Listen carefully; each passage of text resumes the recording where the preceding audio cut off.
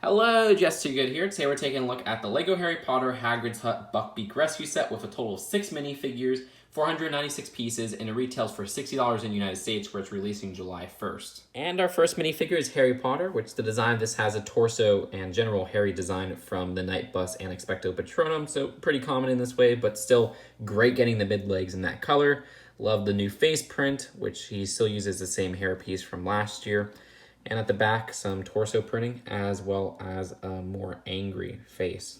There's Hermione, which the design of her has a new torso exclusive to this set, a new hairpiece color exclusive to this set, face print also found in the Clock Tower set, but still new for this wave. And her alternate expression looks a lot more angry. In general, I think this looks perfect, besides the fact that maybe the freckles are a bit too prominent, but it's no big deal. And Ron Weasley has a face print also present in the Clock Tower set, but an exclusive torso. And his alternate expression looks a bit more ticked off, if you ask me. Hagrid is the same version from the Great Hall set, which, if you don't know how his body works, this is one piece with Technic pin arms that attach to the torso. Also short legs that attach to the torso. You got the lantern piece, the beard piece, which is really detailed and has the face print underneath. No alternate face or anything like that, but it is no big deal. Cornelius Fudge, the Minister of Magic, is in this set with a new torso print, but not anything else here that is new. His face is actually from Jurassic World, and the legs are actually originally introduced in Star Wars. You have some back torso printing, though, and it's nice to get the bowler hat in black, as always. And for the last minifigure, there's the Executioner, which this is a dark minifigure to get, but I could see a lot of medieval fans liking this figure. This little axe here is actually a pretty elaborate build. I like how they use the ski piece there. New torso print and also a new face print, which, has the Mercy Buzz problem. It's not a big deal here, but still looks a little bit off.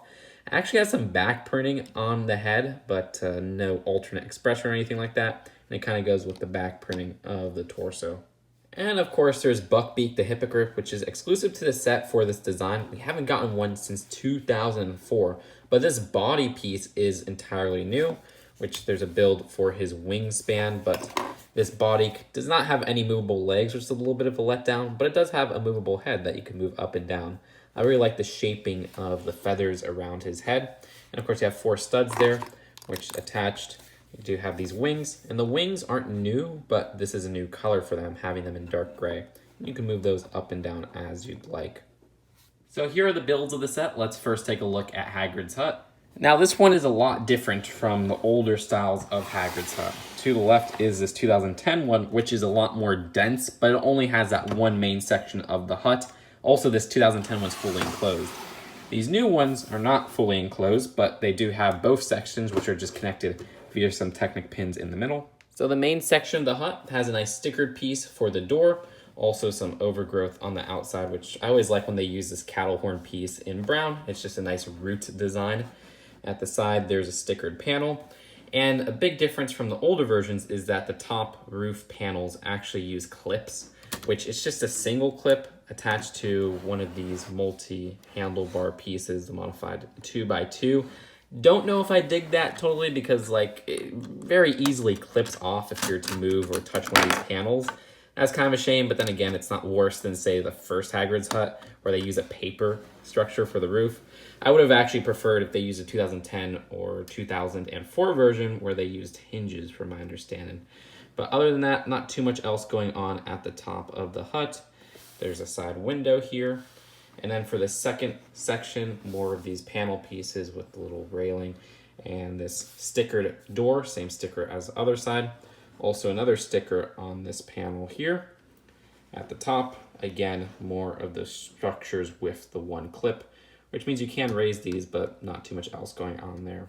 As I previously said, the early versions of the hut set had an enclosed interior. This one is just an open back, which in some versions is a pro because it's consistent with the rest of the sets of the line, but in other versions is a con because it is nice to get a back of this hut. This just looks very open, but it does allow for easier play. Actually, speaking of play, the interior of the prominent section of the hut has a play feature, which is pushing down on the ceiling right here, specifically the chimney, will trigger a light brick. Doesn't work all the time. You kind of have to push it inward and sometimes you'll get it working. I kind of wish that was a little bit more defined. It is in a very awkward position, so you'll have to lift this up to get a really good push there. But it was kind of better on paper, I think, and it doesn't really work too much in execution. And adding the light brick probably made this a lot more expensive than it should be, but we'll talk about the price in the final verdict. Either way, the interior is adequate. I mean, there's a crate at the back, which has that pink parasol, and that also appears in the Great Hole set in that color, always nice to get.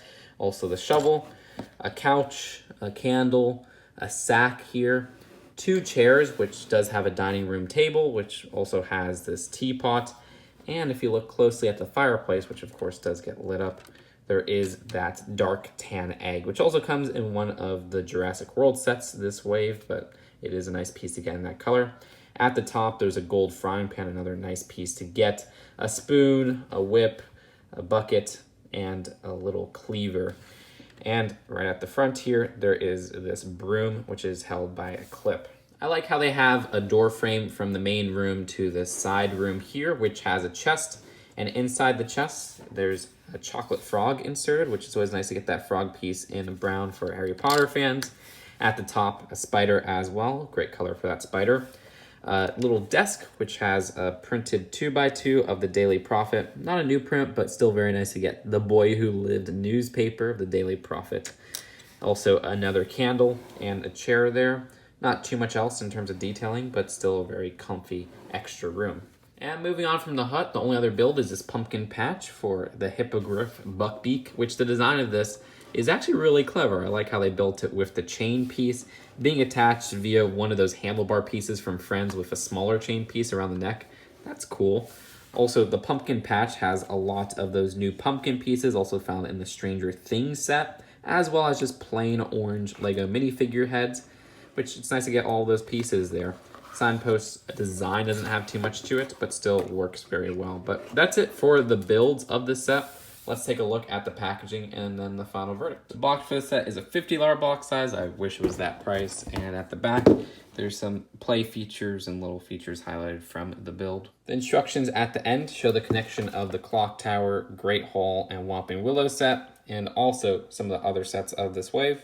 So overall, this is the most different of the LEGO Hagrid's huts. It is the most recent one, of course, and the design of it has a different exterior that I think is much more accurate, having the second section of the hut. However, I think the interior is a lot weaker. It's a lot less expanded, and also it doesn't have a fully enclosed structure. All those old ones did have a fully enclosed structure, and they were a lot cheaper, even with inflation adjusted. But with all that considered, for $60, I don't even know if it's the best value out there. It's not a bad set by any means. I just think $50 would have been a better price. It's not a big deal though. The minifigures included do make up for that because there's some really cool exclusive minifigures here. I especially love the new Buckbeak and Hermione. I'd rate this one a B if I was to give it a letter grade, but what do you guys think? Give your thoughts in the comments below, and I'll see you guys later. Peace out. Bye.